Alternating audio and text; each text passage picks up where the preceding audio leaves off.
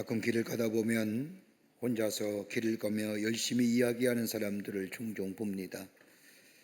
또 어떤 사람은 소리를 고래고래 지르고 걸어가기도 합니다. 정신이 문제가 생겨서 그런지 아는가 가까이 이렇게 보면 귀에다 이어폰을 끼고 블루투스라는 것을 사용하여 핸드폰과 연결하며 전화하며 가는 겁니다. 주위를 보면 너나 할 것 없이 길에서나 차에서나 귀에 이어폰을 끼고 무엇인가 열심히 들여다보는 장면들을 발견하게 됩니다. 저녁에 이렇게 집으로 돌아가려고 보면 버스를 보더라도 버스에 탄 사람들을 가만히 보면 다 하나같이 귀에 꽂고 무엇인가 열심히 쳐다봅니다. 밖에 풍광을 보는 사람은 하나도 없습니다. 학생들을 가르치는 교사 선생님들의 이야기를 들어봐도 그러합니다. 자율학습 시간에 학생들을 보면 거의 모든 학생들이 귀에 이어폰을 끼고 공부한다는 겁니다. 그래서 한 번은 선생님께서 학생들에게 물어보았다고 합니다. 귀에 이어폰을 끼고 음악을 들으면서 공부하는 것이 유익하냐라고 물어봤더니 거의 모든 학생들이 귀에 이어폰을 끼고 공부해야 잘 된다는 겁니다. 음악 소리가 들리지 않으면 졸리고 집중이 안 된다는 겁니다. 사회학자들은 이러한 현상을 보면서 지금의 청소년의 시대는 강한 자극을 받으며 자라났기 때문에 조용한 것을 견딜 수 없다는 겁니다. 조용하면 불안합니다. 그도 그럴 것이 지금의 부모들을 보면 아이들이 소리치고 장난치는 것 그대로 둡니다. 누가 아이들 향하여 무엇이라도 말하기라도 하면 오히려 아이들 향하여 말하는 사람을 향하여 항의하기도 합니다. 더 나아가 아이가 조용히 가만히 있기라도 하면 마치 아이가 무엇인가 잘못된 것냥 싶어 걱정이 된다고 합니다. 이러하듯 지금의 시대는 시끄러움에 종속되어 가는 시대요, 소란스러움과 굉음이 자연스러운 시대 속에 살고 있습니다. 함심리학자는 현대인의 가장 큰 약점은 다름이 아니라 깊게 생각하지 못한다는 겁니다. 깊게 생각한다는 것, 다른 말로 말하면 자기를 바라볼 줄 아는 마음이 없다는 겁니다. 자기 성찰이 부족하다는 겁니다. 그러기에 매사에 급합니다. 조급합니다. 조급함에 불안해집니다. 빨리 결과가 보여지지 않기에 불안해서 견딜 수가 없는 것이 현대인의 특성이라고 얘기합니다. 여러분, 조급함이 있으면 우리의 삶 가운데 몇 가지의 병리적 현상이 일어난다고 합니다. 하나는 뭐냐 다름이 아니라 증오와 원망입니다. 나의 책임이 아니라 다른 사람의 책임으로 전가하면서 그 마음속에 그 사람에 대하여 증오와 원망을 갖는 겁니다. 여러분, 멀리서 찾을 필요가 없습니다. 성경 말씀을 보면 이스라엘 백성이 그러했습니다. 광야에 40년을 생활하면서 그 생활이 하나님께서 미리 준비하신 훈련과 연단의 과정인 줄을 깨닫지 못하고 모든 일의 원망과 불평, 이것이 시비로 이어집니다. 지난해 베푸신 하나님의 놀라운 기적과 이적을 경험했다고 한다면, 저 가데스 바네아에서 불이 없다면 좀 기다리면 되는 것인데 지금 없다고, 지금 당장 물이 있어야 된다고 다른 사람을 원망하고 불평하며 더 나아가 시비로 번집니다. 여러분, 우리의 삶도 마찬가지지 아닐까요? 적어도 하나님의 사람이라고 한다면, 하나님의 은혜가 있기에 우리의 삶 여기까지 인도했으며 이 자리에 왔음을 내가 고백할 수 있다고 한다면, 당장 지금 우리의 삶의 문제가 산적한 문제라 할지라도 그 문제가 해결되지 않다 하더라도 다른 사람에게 원망과 불평은 없어야 되지 않겠습니까? 근데 조급함 때문에 내 안에 원망이 생기고 불평이 생기는 겁니다. 또 하나 있다고 한다면 욕심과 정욕입니다. 우리 안에 조급함이 있게 되면 우리 안에 있는 인간적인 욕심과 정욕이 끊임없이 솟아오릅니다. 이것 때문에 넘어짐이 얼마나 많은지요. 또 하나 있다고 한다면 과거에 대한 연연함입니다. 과거에 대한 미련, 과거에 대한 형수, 과거에 대한 생각들. 여러분, 가만히 보십시오. 우리의 삶이 가고지향적인 사람들이 된다고 한다면 이런 사람들에게 몇 가지 특성이 있습니다. 옛날이 좋았어? 옛날 얘기 많이 하는 사람, 여러분, 과거 지향적인 사람인데 이런 사람에게는 몇 가지의 공통적 특징 가운데 하나가 뭐냐? 미래가 불투명하기 때문에 그렇습니다. 미래가 소망적이면 과거에 대하여 생각하거나 미래를 두지 않습니다. 왜요? 과거보다 앞으로 다가올 미래가 더 소망적이기 때문입니다.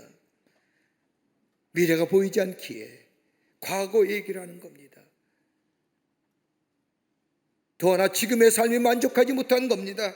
지금에 만족하면 과거에 연연할 필요가 없습니다. 지금이 불만족스러우니 과거의 일들, 과거의 얘기들을 자꾸 꺼내는 겁니다. 여러분, 지금 행복하신가요? 대답이 없으십니다. 지금이 좋습니까? 과거가 좋습니까? 예, 지금이 좋아야 합니다.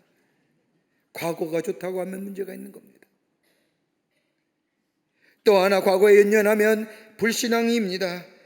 특별히 하나님의 사람이라고 하면 하나님이 우리의 미래에 좋은 곳으로 예비해 두심을 믿게 될 때에 과거에 얽매이지 않습니다. 하나님의 약속을 믿지 못하니 과거의 것들, 과거의 양수와 과거의 좋은 추억에 매달립니다. 조급함은 그러기에 불신앙의 자리에 인도합니다. 더 나아가 즉흥적입니다. 우리나라 사람은 더더욱 그러하지 않습니까? 깊이 생각하거나 조용히 마음을 편히 가질 수가 없습니다. 생각이 없으니 마음이 편할 수 없으니 판단이나 결정이 매우 즉흥적입니다. 느낌 따라, 감정 따라 결단합니다. 여러분, 우리가 하나님을 향하여 이야기하고 고백할 때마다 우리 하나님은 나에 대하여 너무 많은 생각과 너무 많은 것들을 갖고 계십니다라고 이렇게 고백하며 이것을 믿게 될 때에 우리는 과거에 대한 미련이나 향수 그리고 생각들을 벗어날 수 있습니다. 조급함에 떨쳐버릴 수가 있습니다. 여러분, 이스라엘 백성이 저 40년의 광야 생활을 보세요. 어려움과 역경의 일들이 닥치면 하나같이 애굽의 노예 생활을 그리워합니다. 심지어 죽을 몇 자리가 없어서 우리를 광야에 끌고 나와 죽이려 하느냐라는 막말까지 서슴지 않습니다. 하나님의 뜻을 헤아리려고 생각하지 않습니다. 지금의 환경과 여건에 즉흥적으로 반응합니다. 그러기에 불평과 불만이 입에서 떠나지를 않습니다. 또 하나, 조급함이 있으면요, 미래에 대한 근심과 두려움이 있습니다. 장래가 어떻게 될 것인가? 우리의 미래가 어떻게 될 것인가? 가만 보십시오. 요즘 많은 사람들이 노후에 대하여 걱정이 많으십니다. 그래서 되도록이면 많은 물질을 모아두고 노후를 편히 지내려고 합니다. 그런데 여러분, 이렇게 한다고 해서 노후가 편해집니까? 하나님이 지키셔야 우리의 건강도 보장되는 것이지요. 건강 아무리 지키려 해도 하나님이 아니다 하시면 건강 잃어버립니다. 그러기에 재물을 땅에 쌓아두지 말고 하늘에 쌓아두라고 하는 말씀이 바로 이런 말씀입니다. 하늘에 쌓아둔 재물은 좀과 동록이 해하지 못하며 도둑이 구멍을 뚫고 들어오지 못합니다. 그러기에 에레미야 29장 11절의 말씀을 보면 너희를 향한 나의 생각을 내가 하나니 평안이요 재앙이 아니라 너희에게 미래와 희망을 주는 것이라고 말씀합니다. 미래는 하나님께 달려 있습니다. 조급함이 지금의 근심과 두려움을 가져다 줍니다. 또나 우리 안에 조급함이 있으면 내가 누구인지를 알 수가 없습니다. 여러분, 떠드는 소리와 격한 감정 속에는 내가 누구인지를 바르게 알 수가 없습니다. 특별히 그리스도인이라고 한다면 하나님과 깊은 교제의 시간을 통하여 내가 누구이며 나의 부르심이 무엇이며 특별히 내가 당하는 이 사건과 일이 어떠한 의미를 가지고 있는가, 여러분, 다른 것이 아니라 하나님과의 깊은 영적 교제의 시간이 내 안에 있을 때에 내 삶의 문제를 바르게 알고 깨달을 수가 있습니다. 그러게 아무리 바쁘더라도 하나님과의 교제의 시간이, 경건의 시간이 있어야 합니다. 여러분, 지금의 시대가 그 무한 경쟁의 시대라고 얘기합니다. 살아남기 위해 애를 씁니다. 그러기에 앞만 보고 달려갑니다. 다른 사람의 아픔이나 다른 사람의 슬픔, 괴로움에는 관심이 없습니다. 그냥 덮어놓고 열심만 냅니다. 근데 그 결과가 뭘까요? 두 나무꾼 신구가 산에 올랐습니다. 경쟁적으로 나무를 찌고 장작을 만들어 갑니다. 근데 한 사람은 유달리 승부욕이 강했습니다. 그는 친구에게 지지 않으려고 이른 새벽부터 밤늦게까지 저 나무를 팹니다. 열심을 다하여 팹니다. 쉬지 않고 팹니다. 그런데 다른 한 친구는 그렇게 하질 않습니다. 그는 50분간 일하고 10분은 쉬는 식으로 숨을 돌려가며 일합니다. 산을 내려갈 즈음이 되어서 두 사람은 각자의 수고한 결과를 비교해 봅니다. 근데 어찌 내리는지 쉬어가면서 일한 친구가 더 열심히 땀 흘려 일한 친구보다 장작을 많이 만든 겁니다. 승부에 간 친구가 고개를 갸우뚱거리며 투덜거립니다. 내가 더 열심히 했는데 왜 자네 것이 내 것보다 더 많단 말인가 라고 말하자 이 한 친구가 점잖게 설명합니다. 너는 쉬지 않고 일했지만 나는 50분이라고 10분 쉬었는데 그 10분 쉴 때마다 내가 도끼 나를 갈았다네. 그래야 그러니 당연히 이길 수밖에 없지 않는가 하더라는 겁니다. 도끼란이 무뎌지는 것도 모르고 열심만 낸다고 해서 많은 열매를 거두는 것은 결코 아닐 겁니다. 마찬가지로 우리의 신앙도 마찬가지입니다. 아무리 바쁘더라도, 아무리 세상의 소리가 시끄럽다 할지라도 그리스도의 삶에는 하나님과의 깊은 교제, 즉 경건의 시간이, 조용의 시간이 필요합니다. 하나님의 음성을 들을 수 있어야 됩니다. 들을 시간이 필요합니다. 말씀을 통하여, 기도를 통하여 하나님의 음성을 들어야 합니다. 오늘 본문의 말씀은 종교개혁자 마틴 루터가 좋아했던 말씀입니다. 이 말씀을 근거로 우리가 즐겨버리는 찬송인저 내주는 강한 성이요 방패와 병거가 되시니 그 환난에서 우리를 구하여 내시리로다 라고 작사했습니다. 여호와는 나의 피난처시요 내 편이 되시는 강한 성이 된다는 고백입니다. 지금도 독일의 많은 국민들은 자신의 나라들의 국가보다 루터가 지은 내주는 강한 성이요 라는 이 찬송을 더 많이 즐겨 부른다고 합니다. 오늘 시편의 주제는 다른 것이 아니라 너희는 가만히 있어 내가 하나님됨을 알지어다. 가만히 있으라고 하는 단어는 히브리어로 라파라고 얘기하는데 동사형이요 명령형입니다. 가라앉히라는 겁니다. 조용히 하라는 겁니다. 마음을 편히 하라는 겁니다. 단순하게 하라는 겁니다. 마음을 비우라는 겁니다. 오늘 시편 말씀의 역사적 배경은 저 열왕기하 19장의 말씀을 보면 유다왕 시스기야 때에 저 아수르 왕의 사네립이라고 하는 군대가 무려 18만 5천 명의 유다를 쳐들어옵니다. 절체절명의 위기입니다. 유다는 대항할 힘이 아무 힘도 없습니다. 그때 이 히스기야 왕은 하나님의 성전에 올라가 하나님 앞에 기도합니다. 그리고 고백된 시편의 말씀이 오늘 본문의 말씀입니다. 하나님의 음성을 듣는 겁니다. 하나님의 말씀을 들었습니다. 그리고 그의 고백은 그저 하나님의 도우심을 구할 뿐입니다 라고 하는 겁니다. 우리의 삶의 여정 어떻습니까? 아마 문제없는 분들은 없을 겁니다. 이 시간에도 가장 절체절명의 문제를 가지고 하나님 앞에 엎드려 간절한 마음으로 간구의 기도를 드리는 분도 계실 겁니다. 내 안에 큰 문제가 있음에도 불구하고 아닌 것처럼 아닌 양 이 자리에 앉아분 계실 겁니다. 그러나 분명히 한 가지 사실은 내 삶의 문제가 가장 어려운 문제입니다. 다른 사람에게 비교할 것이 못 됩니다. 내가 가지고 있는 이 문제와 내가 가지고 있는 이 기도 제목이 가장 큰 기도 제목이요 가장 큰 어려움입니다. 어떻게 이길 수 있을까요? 내 삶에 지혜가 많습니까? 경험이 많습니까? 지식이 많습니까? 내 삶의 경험과 지식과 지혜가 많다면 아마 우리의 삶에 문제 없을 겁니다. 그만은 이 삶의 어려운 문제를 가지고 절제부심하며 어찌할 줄 모르는 우리의 삶 어떻게 이길 수 있을까요? 오늘 본문의 말씀 우리에게 귀한 영적인 교훈과 은혜를 주시고 계십니다. 함께 말씀을 나누며 은혜 받기를 원합니다. 첫째는 잠잠히 기다릴 줄 아는 믿음이 있어야 한다는 겁니다. 잠잠히 기다릴 줄 알아야 됩니다. 오늘 46과 10절의 말씀을 보면 가만히 있어 내가 하나님됨을 알지어다 라고 말씀합니다. 가라앉히는 마음, 어려운 일일수록 마음을 가라앉히라는 겁니다. 여러분 세상이 왜 이리 어지럽고 시끄러운지 그 원인이 어디 있을까요? 사회적이고 정치적이고 경제적이고 여러 가지 많은 요인들을 얘기하지만 여러분 가만 보십시오. 불신앙적인 교만함 아닐까요? 죄가 있는 곳에는 폭력이 있습니다. 악에 있는 곳에는 소유가 있습니다. 거기에는 화평과 화목이 없습니다. 모두가 격한 마음에 사로잡혀 있습니다.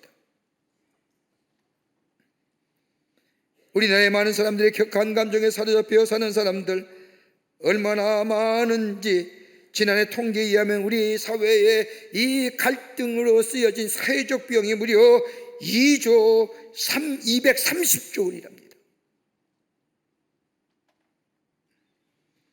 격한 마음에 사로잡혀 다른 사람을 용납하지 못하는 마음들. 여러분, 우리는 하나님의 존재를 알 뿐만 아니라 하나님의 심판을 아는 바로 거기에 고요함이 있고 자기 반성이 있으며 기다릴 줄 아는 믿음이 있게 됩니다. 여러분, 출애굽기 14장 13절 이하의 말씀을 보면 이스라엘 백성이 출애굽합니다. 무려 430년 동안이나 노예 생활에 있었던 이 이스라엘 백성입니다. 저 하나님의 택하신 백성임에도 불구하고 하나님이 잊어버렸습니다. 자신의 정체성도 잊어버렸습니다. 근데 우리 하나님은 저 이스라엘 백성의 조상과 약속한 그 약속을 지키시기 위해서 430년 동안 노예 생활하던 이스라엘 백성을 출애굽하여 저 하나님의 약속인 땅인 가나안 땅으로 인도합니다. 무려 10가지의 재앙을 애굽에 내림으로 말미암아 바로 왕으로 하여금 손들게 하고 이스라엘 백성을 출애굽하여 저 하나님의 약속의 땅인 애굽 땅으로 향하는 저 가나안 땅으로 향하는 이스라엘 백성들, 그의 발걸음이 얼마나 가볍겠습니까? 얼마나 기뻤겠습니까? 얼마나 감격스럽겠습니까? 아마 모르건진데 콧노래가 저절로 났을 겁니다. 그런데 그렇게 이끌어가던 이스라엘 백성이 하나님의 홍해로 앞으로 이끄십니다. 홍해 앞에 도착하니 앞에는 홍해가 가로막습니다. 뒤에는 애굽의 병사들의 발발굽 소리가 들려옵니다. 이런 경영에 이스라엘 백성은 좀 전에 가졌던 하나님의 은혜, 하나님의 사랑, 하나님의 약속의 성취 다 잊어버립니다. 이제 죽었구나 하는 마음에 조급한 마음을 갖기 시작합니다. 그렇게 해서 사람들 가운데 그러게 왜 나오자고 했느냐? 누가 이렇게 만들었느냐? 누구 때문이냐? 그리고 나중에는 애굽에 공동묘지가 없어서 여기까지 데려다가 죽이려 하느냐? 원망과 불평이 넘어서서 시비가 났습니다. 이러한 이스라엘 백성을 향하여 하나님은 두려워하지 말고 가만히 서서 여호와께서 오늘날 너희를 위하여 행사하는 구원을 보라. 가만히 서서 침묵하라는, 말하지 말라는 겁니다. 다른 말하면 원망과 시비하지 말라는 겁니다. 말하지 않고 기다리라는 겁니다. 여러분, 침묵에는 세 가지의 침묵이 있다고 말합니다. 하나는 말의 침묵입니다. 말 너무 급하게 하지 말아야 합니다. 말 급하게 하다 보면 실수하게 됩니다. 그러기에 침묵하며 조용히 생각하며 말할 줄 아는 자세, 이 말의 침묵이 필요합니다. 더 나아가 욕망의 침묵 있어야 됩니다. 다시 말한다면 욕망을 거두어야 합니다. 잘 나가던 사람들이 넘어진 것을 보면 그 끝자리에는 분명히 한 가지의 요인인데 욕망입니다. 욕망의 무서운 그림자가 자리 잡고 있습니다. 그러게 욕망의 침묵이 있어야 됩니다. 더 하나가 있다고 한다면 사고의 침묵입니다. 생각하지 말라는 말이 아닙니다. 시시비비를 멈추라는 겁니다. 옳다 그르다는 판단도 섣불리 하지 말고 신중히 하라는 겁니다. 그러기에 말의 침묵이 필요하며 욕망의 침묵이 필요하며 사고의 침묵이 필요합니다. 여러분, 이거 어떻게 걸릴 수 있을까요? 십자가에 못 박아버려야 됩니다.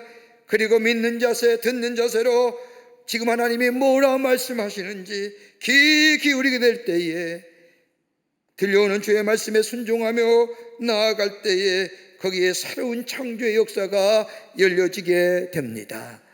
기다려야 됩니다. 내일부터 37회 오랩산 기도회가 시작이 됩니다. 매년마다 우리가 여호와의 성산에 올라 기도할 때마다 많은 기도의 응답과 더불어 기도의 축복을 받았습니다. 기도하면 하나님의 음성을 들을 수 있어야 됩니다. 내 감정과 내 생각 내려놓고 나의 기도에 우리 하나님이 어떻게 말씀하시는지 들을 수 있어야 됩니다. 그 말씀을 듣고 그 말씀 따라 살아갈 때에 우리 삶 가운데 역사하시는 하나님의 선함과 하나님의 거룩함과 하나님의 의로우심을 우리의 삶 가운데 그 하나님의 뜻을 이루어가는 복된 백성이 되는 줄 믿습니다. 기다리십시오. 두 번째는 하나님의 세미한 음성에 귀 기울여야 합니다. 세미한 음성에 귀 기울이세요. 10절 말씀에 보면 가만히 서서 잠잠히 기다리라는 말씀은 아무것도 하지 말고 그냥 기다리라는 말씀이 아니라 하나님이 무엇이라 말씀하시는가, 하나님의 음성에 귀 기울이라는 겁니다. 하나님 앞에 집중하라는 거예요. 이 일에 하나님 뭐라 말씀하시는지 귀 기울여 주의 음성을 들으라는 겁니다. 지금 나의 삶을 통하여 고난과 어려움의 기도점이 있다면 하나님이 이 일을 통하여 무엇을 하실 것인가를 주의 음성을 들으라는 겁니다. 인간이 세운 바벨탑을 허물어 보실 때는 하나님이 하시고 있는 일이 그 일에 계십니다. 하나님이 하시고자 하는 큰 뜻이 그 안에 담겨 있습니다. 그 뜻을 알 수 있어야 됩니다. 내 노력과 내 수고와 다툼 버리고 하나님의 뜻을 묻는 자세가 있어야 합니다. 하나님 뜻이 어디 있습니까? 왜 그래야 됩니까? 도대체 내가 무엇을 그리 잘못했기에 이리 하십니까? 라고 하는 원망과 불평 대신에 하나님의 뜻이 내 삶 가운데 이루어지기를 원합니다. 그 뜻을 알게 하여 주옵소서라고 기도할 수 있어야 됩니다. 열왕기상 19장의 말씀을 보면 엘리야가 갈멜산에서 저 아세라의 신과 바알의 신을 섬기는 850명과 1대1 싸워서 이깁니다. 그리고 바알의 선자들과 아세라의 신자들의 기손신에서 다 죽이는 엄청난 일을 이룹니다. 여러분, 한 명이 850명을 대상해서 이긴 겁니다. 그리고 하나님만이 전능하신 하나님을 증거합니다. 이 놀라운 일을 행하였던 엘리야가 이사벨에게 쫓겨 호렙산의 한 노뎀나무 아래로 피합니다. 그리고 원망하지 않습니까? 그 원망의 말씀이 열왕기상 19장 4절에 나옵니다. 하나님이여, 나 넉넉하오니 지금 내 생명을 취하여 주소서. 그러면서 하나님, 이제 모든 사람이 다 죽고 나 혼자만 남았습니다. 저들의 손에 죽게 하나님 내 생명 거두어 가십시오. 비탄에 빠져 원망하고 있을 때에 하나님이 엘리야에게 나타나 말씀하십니다. 그 말씀이 열왕기상 19장 11절과 12절에 나옵니다. 크고 강한 바람이 산을 가르고 바위를 부수니 바람 가운데 여호와께서 계시지 아니하시고, 뭐 엄청난 사건이나 엄청난 일에 하나님이 나타나신 것이 아니라는 겁니다. 또 지진 위에 강한 불이 있으나 지진 가운데서도 여호와께서 계시지 아니하시니, 땅이 꺼지고 땅이 갈라지는 그 가운데서도 하나님이 아니 계시라는 겁니다. 그런데 어느 때 하나님 보느냐? 세밀하게 주의 음성이 들려오고, 영어에 번역하면 whisper하는 거예요. 휘파람처럼. 그때 엘리야가 무릎을 꿇습니다.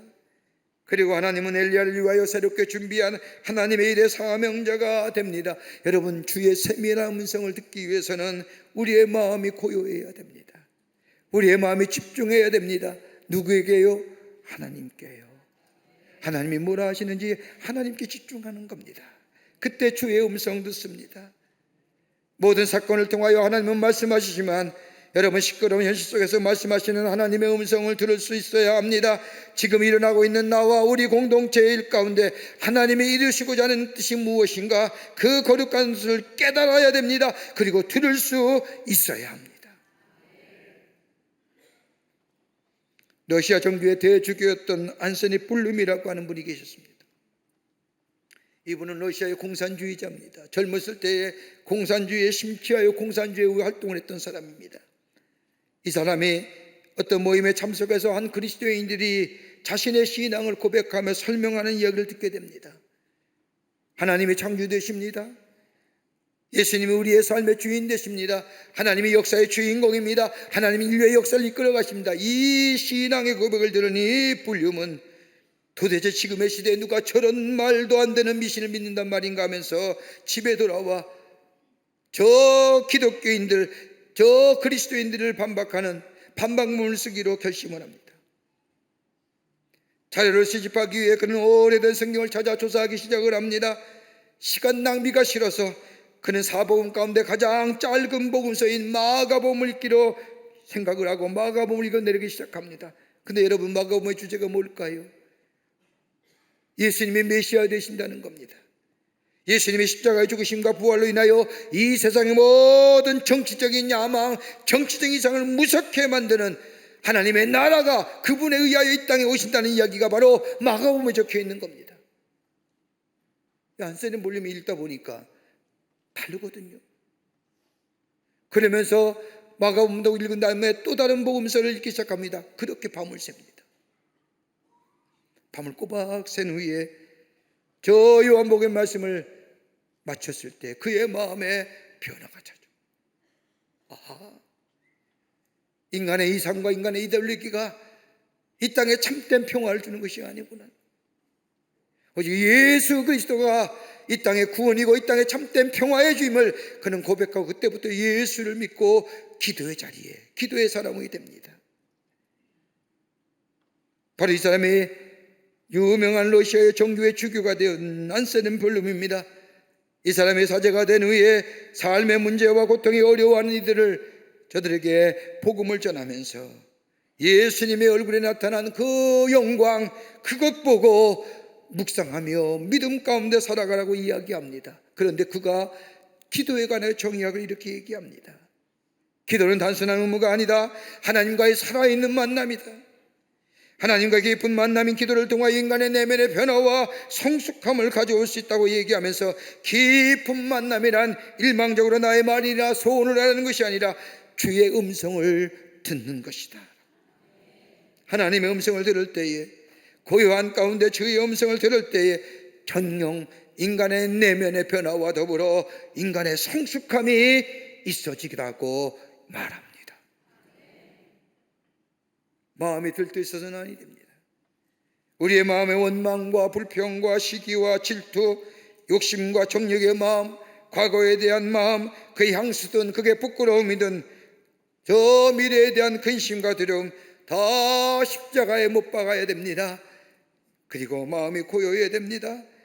마음을 가라앉히고 주님께 초점을 맞추며 집중하게 될 때에 비로소 그 빈 마음 속에 세밀하신 주의 음성이 들려옵니다. 이러할 때에 역사의 주인 되시는 하나님을 보며 주의 말씀을 들으며 우리의 삶 속에 저 엘리야가 새롭게 하나님의 회복의 역사를 통하여 하나님의 역사의 주인공 된 것처럼 우리 삶에도 놀라운 하나님의 창조의 역사가 있게 될 줄 믿습니다. 끝으로 준비하며 기다리라는 겁니다. 하나님이 더 오실 때를 준비하며 기다리라는 겁니다. 오늘 5절 후반부의 말씀을 보십시오. 하나님이 그 성중에 계심에 성이 흔들리지 아니할 것이라 새벽에 하나님이 더 오시리로다.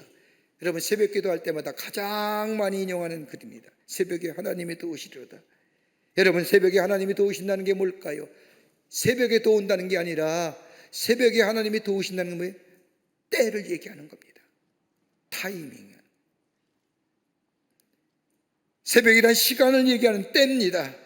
고요한 시간, 조용한 시간, 이런 시간에 나를 다시금 하나님 앞에서 되돌아볼 수 있는 시간의 때, 밤이 깊어서 여명이 터올 그 시간대에 하나님이 도우신다는 겁니다. 그러게 새벽에 하나님이 도우신다는 말은 지금은 캄캄한 밤이지만 새벽이 가까이 오심을 의미하는 겁니다. 새벽이 가까이 온다는 것은 밝은 낯이 우리 앞에 가까이 왔음을 의미합니다. 그러기에 바울은 이것을 알았기에 로마서 13장 12절의 말씀을 보면 우리에게 이렇게 말씀합니다. 밤이 깊고 낮이 가까이 왔으니 그러므로 우리가 어둠의 일을 벗고 빛의 갑옷을 입자라고 얘기합니다.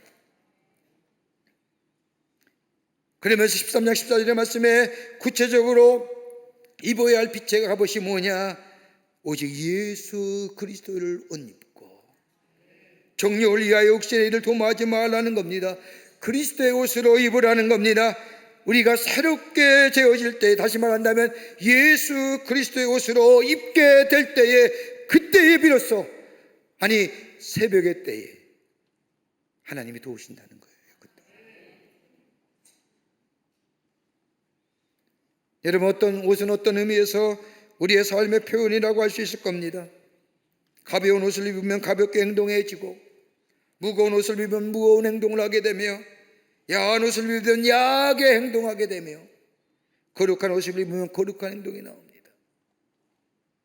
이렇게 본다면 옷은 우리 존재의 한 부분이며 우리의 표현이라고 해도 과언이 아닐 겁니다. 그러기에 하나님이 도우시는 때 그를 위하여 그리스도의 옷으로 갈아입는 겁니다.